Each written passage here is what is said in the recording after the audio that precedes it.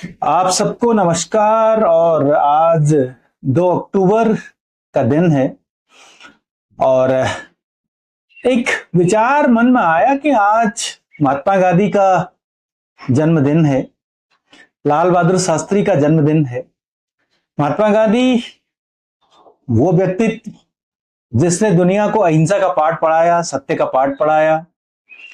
बहुत सारे सत्याग्रह की बात की गई, अनेक सत्याग्रहों की बात की गई, लेकिन कल 1 अक्टूबर को ईरान के द्वारा इजराइल पर लगभग 180 से अधिक मिसाइलों के द्वारा हमला किया गया, तो दिमाग में एक विचार आया कि कुछ अपने मन की व्यथा अपने चैनल के माध्यम से व्यक्त करें और हो सकता है किसी को अच्छा लगे और सोचने का एक बिंदु मिल जाए।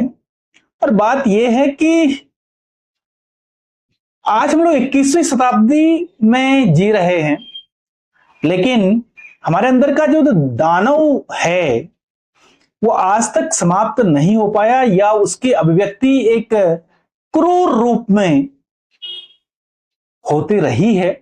इसको कोई नकार नहीं सकता।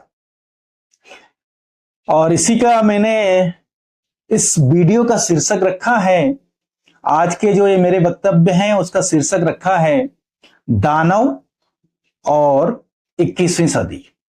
दानव प्रवृत्ति और 21वीं सदी।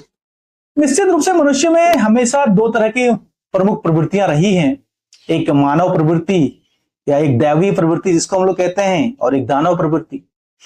अतीत की अगर हम लोग बात करें तो दानव प्रवृत्ति बहुत ज्यादा प्रभावी थी। उसके बाद फिर शिक्षा, जागरूकता, मानवीयता, नैतिकता, कानून का शासन, सभ्य समाज, आधुनिकता, ये सारे शब्द गढ़े जाने लगे, उनको जिया जाने लगा। लेकिन आज भी अगर हम लोग इस दानव प्रवृत्ति को देखें तो वो और विकराल रूप में सामने दिखाई देती है। मनुष्य शिक्षित हो चुका है, मनुष्य सभ्य हो चुका है, मनुष्य आधुनिक हो चुका है, मनुष्य विवेकशील हो चुका है, मनुष्य के अंदर सहयोग, प्रेम और भी न जाने कितने तरह की भावनाओं की बात की जाती रही है। लेकिन दानव की प्रवृत्ति दूसरे रूप में सामने आती है। अगर हम लोग आजकल के जो ये 2024, 2023, 2022 या उसके आसपास के समय को देखें तो कितनी तरह से संघर्ष हमें दुनिया में देखने को मिल रहे हैं। रूस यूक्रेन का युद्ध, एक दूसरे पर मिसाइल दाग रहे हैं, एक दूसरे के नुकसान होने पर खुशियां मनाई जा रही हैं। तो क्या ये दानवी प्रवृत्ति नहीं है? क्या ये दानव मनुष्य के अंदर का दानव नहीं है? क्या हम कैसे एक दूसरे को हानि पहुंचा करके, एक मनुष्य दूसरे मनुष्य को मार करके कैसे हम लोग खुश हो सकते हैं? एक सोचनीय विषय नहीं है? Israel Hamas, Israel Iran, Israel Hezbollah, ISIS एक आतंकवादी संगठन, इन बिंदुओं पर जब सोचें तो आइसिस एक ऐसा आतंकवादी संगठन जो बच्चों के गले काट देता है, छोटे छोटे बच्चों को मार देता है, और न जाने किस तरह के और अमानवीय जिसको कह सकते हैं, या बहुत राक्षसी प्रवृत्ति जिसको हम लोग कह सकते हैं, उसके अनुसार अपना व्यवहार करता है। इसी तरह से अगर हम लोग आतंकवाद को देखें, भारत में आतंकवाद बहुत ज्यादा प्रभावी रहा है। आतंकवाद ने बहुत सारा नुकसान भारत को किया है। किस तरह से आतंकवाद ने भारतीय लोगों को, या ये जो निर्दोष लोग हैं उनको नुकसान पहुंचाया है, उनके अंदर डर का माहौल पैदा किया है। तो क्या हम 21वीं सदी में यही प्राप्त कर पाए हैं? आज 21वीं सदी में अनेक आधुनिकता की बात हो रही है, विकास की बात हो रही है, आर्टिफिशियल इंटेलिजेंस की बात हो रही है, रोबोट की बात हो रही है, और भी न जाने क्या क्या। मनुष्य के दिमाग पर विजय प्राप्त करने की बात हो रही है, मनुष्य के आयु पर विजय प्राप्त करने की बात हो रही है, मनुष्य के क्लोन बनाने की बात हो रही है। तो फिर आखिर किसके लिए है ये? हम तो वही, हमारे अंदर का दानव तो वही का वही है। जो आज से जब से मनुष्य का समाज प्रारंभ हुआ होगा, या जब से मनुष्य का इतिहास शुरू हुआ होगा, या जहां हम लोग जानते हैं, हमारे अंदर तो वही प्रवृत्ति बनी हुई है। दानव प्रवृत्ति हमारे अंदर बनी की बनी हुई है, ईर्ष्या हमारे अंदर बनी की बनी हुई है, हम दूसरों के नुकसान होने पर खुश हो रहे हैं, ये पहले भी था और आज भी है।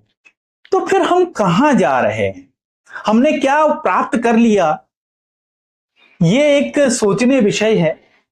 और जो आज विश्व के विकसित देश हैं, विश्व में जो कहते हैं कि हम सभ्य देश हैं, हम अग्रणी देश हैं, तो क्या वो देश यही संदेश देना चाहते हैं कि बस शक्ति का प्रदर्शन करें और खतरनाक से खतरनाक हथियार बनाएं और उनको दूसरे देशों के ऊपर डालें, नुकसान पहुंचाएं? एक बिल्डिंग जो एक बहुत अच्छी बनी हुई है, जिसको बनाने में न जाने कितने मजदूरों का श्रम लगा, न जाने कितना दिमाग लगा, न जाने कितने इंजीनियरों का दिमाग लगा, उसको खत्म कर दो, खत्म कर दो, खत्म करके फिर बड़ा उसका जश्न मनाओ। तो फिर क्या है, ये एक सोचनीय विषय है आज जब हम लोग 21वीं सदी की बात कर रहे हैं। और 21वीं सदी में किस तरह से हम लोग किस तरफ अपने समाज को ले जा रहे हैं, क्या हम लोग एक विनाश की ओर जा रहे हैं? अनेक ऐसे विचारक हुए हैं, व्यक्तित्व हुए हैं जिन्होंने हिंसा का हमेशा विरोध किया, जिसमें सबसे पहला नाम महात्मा गांधी जी का आता है, जिन्होंने अहिंसा का पाठ पढ़ाते पढ़ाते अपने शरीर को ही न्यौछावर कर दिया, जिन्होंने कहा था कि भाई हिंसा जो है वो एक अमानवीय है, अनैतिक है, पशुतुल्य व्यवहार है। हिंसा जो है वो वीरों का धर्म है, मानवों का धर्म है, और अहिंसा के द्वारा पाया गया सब कुछ स्थायी होता है, मानवीय होता है, प्रेम पर आधारित होता है। ये सब बातें उनके द्वारा की गई थी, लेकिन इसका कोई असर दुनिया पर होता हुआ नहीं दिखता है। आज के जो संघर्ष चल रहे हैं उनके आधार पर तो यही कहा जा सकता है। तो एक दुखद और एक सोचनीय विषय है कि आज हम लोग 21वीं सदी की बात में, युग में इस तरह से अपने आप को डाल रहे हैं और इस तरह से हम लोग अमानवीय प्रवृत्तियों को जन्म दे रहे हैं। और कहां हम लोग पहुंच गए हैं, तकनीक उत्पन्न हो रही है और उस तकनीक को हम लोग दुरुपयोग करने की ओर बढ़ रहे हैं। तकनीक, मोबाइल फोन, पेजर या टेलीफोन, या उसके अलावा तुम्हारा वायरलेस या वॉकी टॉक, ऐसे बहुत सारे जो अभी इजराइल के द्वारा कहा जा रहा है ऐसा कि जो उनको बॉम्ब बना दिया गया था। अब बताइएगा कि मैं ये वीडियो शूट कर रहा हूं और यही बॉम्ब का रूप बन गया। कोई मोबाइल का प्रयोग कर रहा है तो मोबाइल ही उसके हाथ पे फूट जा रहा है, उसको बॉम्ब के रूप में प्रयोग कर दिया गया। तो कितनी विभत्स रूप दुश्मनी का, ईर्ष्या का ये आ चुका है, इसको समझा जा सकता है। और इससे निश्चित रूप से इस ओर जितने भी जो समाज सुधारक हैं और जो अहिंसा में विश्वास करते हैं, जो प्रेम में विश्वास करते हैं, मानवता में विश्वास करते हैं, उनको आगे आना चाहिए और इस ओर प्रयास किए जाने चाहिए कि हिंसा कभी भी एक अच्छा हथियार नहीं हो सकता है। हिंसा के द्वारा हमेशा विनाश ही होता है, हिंसा करने वाला भी समाप्त होता है और जिसके ऊपर हिंसा की गई है वो तो होता ही होता है।